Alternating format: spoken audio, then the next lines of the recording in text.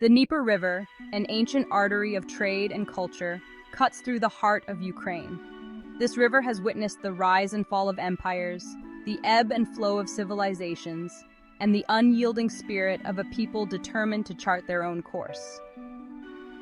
On its banks, a nation emerged from the wreckage of the Soviet Empire, yearning for freedom and security. The collapse of the Soviet Union in 1991 marked a new beginning for Ukraine, a chance to forge an independent identity and embrace the principles of democracy and self-determination.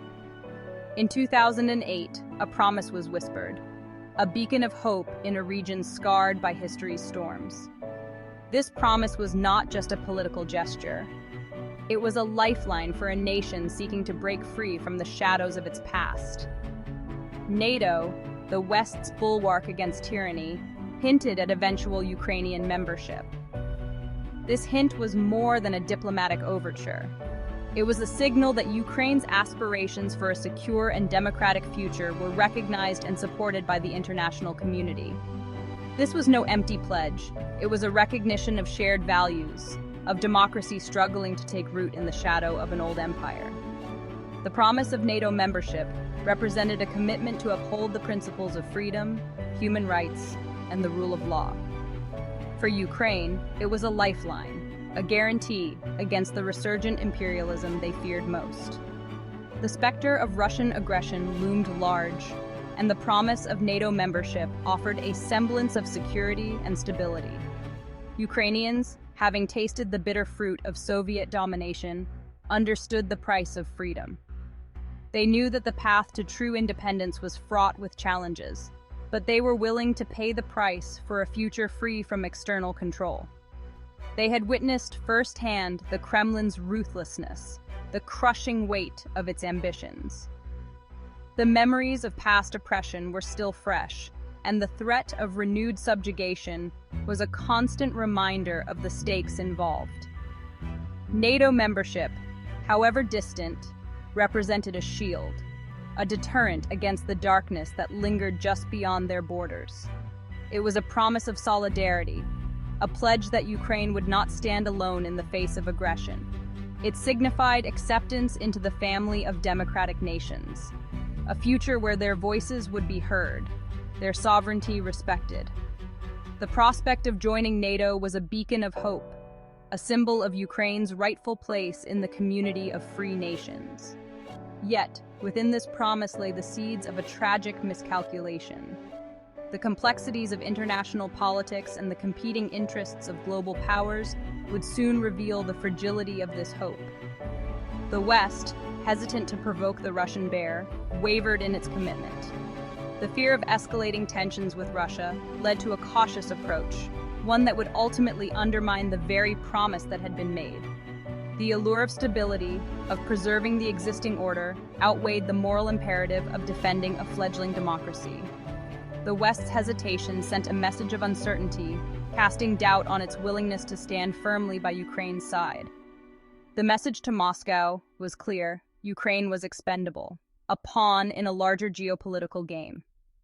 This perception emboldened Russia, reinforcing its belief that it could act with impunity in its near abroad. This hesitancy, this failure of courage, would have devastating consequences. The lack of a decisive response from the West would pave the way for further aggression and instability in the region. It would embolden a revanchist Russia, convince them that the West was weak, that their ambitions would be met with little more than stern words and empty gestures. The perception of Western weakness would have far-reaching implications, affecting not just Ukraine but the entire international order. The stage was set for a tragedy, a tale of unfulfilled promises and the human cost of indifference. The promise whispered on the banks of the Dnieper would become a poignant reminder of the complexities and challenges of international diplomacy and the enduring struggle for freedom and security in a turbulent world. The year 2014 marked a turning point, a rupture in the post-Cold War order. The world was about to witness a dramatic shift in the geopolitical landscape, one that would have far-reaching consequences. The world watched in disbelief as masked Russian troops fanned out across the Crimean Peninsula. a Ukrainian territory with deep historical ties to Russia.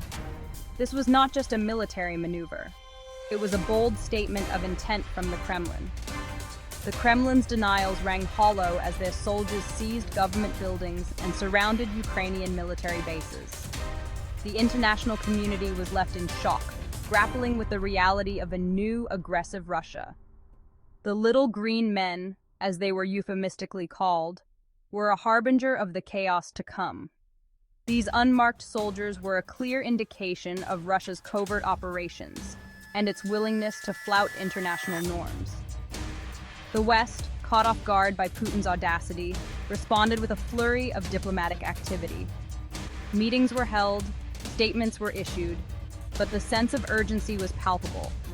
Sanctions were imposed, condemnations issued, but the response lacked teeth. The measures, while symbolic, failed to deter Russia's aggressive actions. NATO, the very alliance that had hinted at Ukrainian membership, seemed paralyzed, unwilling to risk confrontation with a nuclear-armed Russia.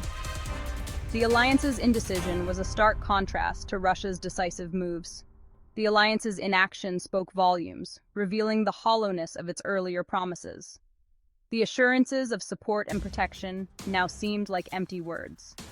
Ukraine, betrayed by the West's timidity, found itself alone, facing the full might of the Russian military. The sense of abandonment was profound, as the country struggled to defend its sovereignty. The Crimean annexation was swift and brutal, a testament to Putin's ruthlessness and the West's impotence. The speed and efficiency of the operation left the world reeling. It was a clear violation of international law, a land grab executed with impunity. The international community's inability to respond effectively only emboldened Russia further. The world had witnessed this before, the insatiable hunger of dictators emboldened by appeasement. The echoes of past conflicts were unmistakable, as history seemed to be repeating itself. The ghosts of Munich, of Czechoslovakia, sacrificed on the altar of expediency, loomed large. The parallels were striking, and the lessons of history were being ignored. History, it seemed, was repeating itself, this time in the heart of Europe. The geopolitical landscape was shifting, and the consequences of inaction were becoming increasingly clear. The annexation of Crimea was not an isolated incident, but rather the first move in a larger game, a calculated maneuver in a grand strategy that would unfold over the coming years. Putin, fueled by imperial nostalgia and a desire to reassert Russian dominance, saw Ukraine as unfinished business, a wayward province that needed to be brought back into the fold. His vision was not just about territorial gain, but about restoring a sense of historical pride and influence that he believed Russia had lost. Crimea, with its strategic importance and predominantly Russian-speaking population, was the low-hanging fruit, a relatively easy target to test the West's resolve. The peninsula's location on the Black Sea made it a valuable asset for military and economic reasons, providing Russia with a crucial naval base and access to important maritime routes. The West's response, or lack thereof, only emboldened Putin. The sanctions, while impactful, failed to deter him. Instead, they seemed to solidify his resolve, convincing him that the West was unwilling or unable to take more decisive action. This emboldenment was not just a personal victory for Putin, but a signal to other nations watching closely. The diplomatic efforts, while well-intentioned, proved futile. Putin, sensing weakness, pressed his advantage, fomenting unrest in eastern Ukraine, a region with a significant Russian-speaking minority. The international community's attempts at negotiation and peace talks were met with skepticism and resistance, as the situation on the ground continued to deteriorate. Armed separatists, backed by Russian troops and equipment, launched a campaign of terror, seizing government buildings and terrorizing the local population. This insurgency was not a spontaneous uprising, but a carefully orchestrated effort to destabilize Ukraine and create a pretext for further Russian intervention.